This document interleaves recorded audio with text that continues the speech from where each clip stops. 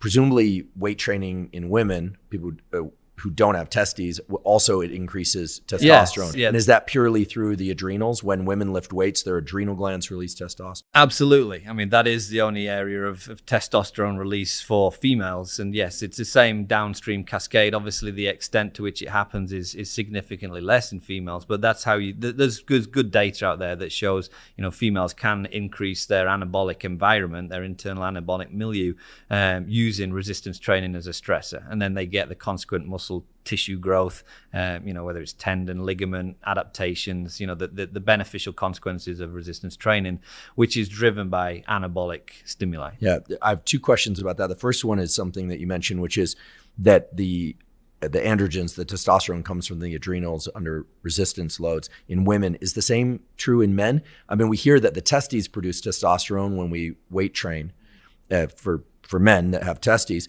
but do we know whether or not it's the adrenals or the testes in men that are increasing testosterone? Yeah, more, both, a little bit from each? The field is divided presently, in as much as understanding the adrenergic response in terms of, anabolic response to exercise in an acute phase, and the exposure to a stimulus that is stress-driven, which might be partly from the adrenal glands, partly from the gonads, versus a longitudinal exposure to anabolic environments, which is primarily driven by, obviously, the gonads and the endocrine environment from testosterone release at the gonads.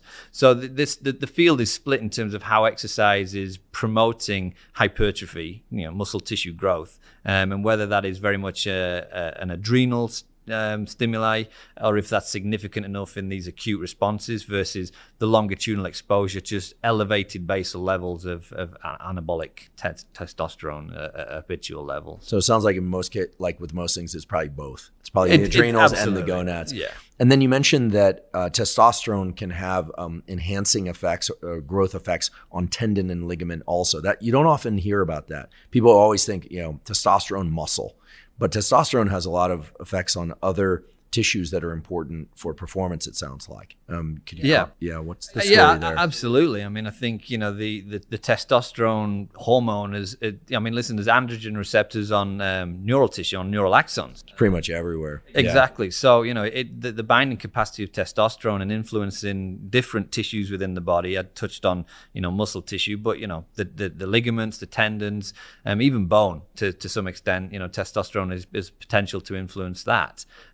In terms of removing osteopenic kind of characteristics, etc. So it's a magic hormone, let's say, with many end impacts in terms of adaptation. You hear this all the time, that doing these big, heavy compound movements or resistance training increases androgens, things like testosterone, DHT, DHEA, and so forth. Does anyone know how that actually happens? Like, what is it about engaging motor neurons under heavy loads sends a signal to the endocrine system, hey, release testosterone? I've never actually been able to find that in a textbook. As much as I know, and again, I'm digging out into the annals of Duncan French's kind of brain now, but I think it's a stress response, right? It's mechanical stress and it's metabolic stress. And these are, the downstream regulation of testosterone release at the gonads comes from many different areas. My work primarily looked at, catecholamines and sympathetic arousal. So things like epinephrine, adrenaline. Correct. Yeah. Epinephrine, adrenaline, noradrenaline, how they were signaling cascade using the HPA axis, releasing cortisol, and then looking at how that also influenced the adrenal medulla to release androgens, and then signaling that at the gonads.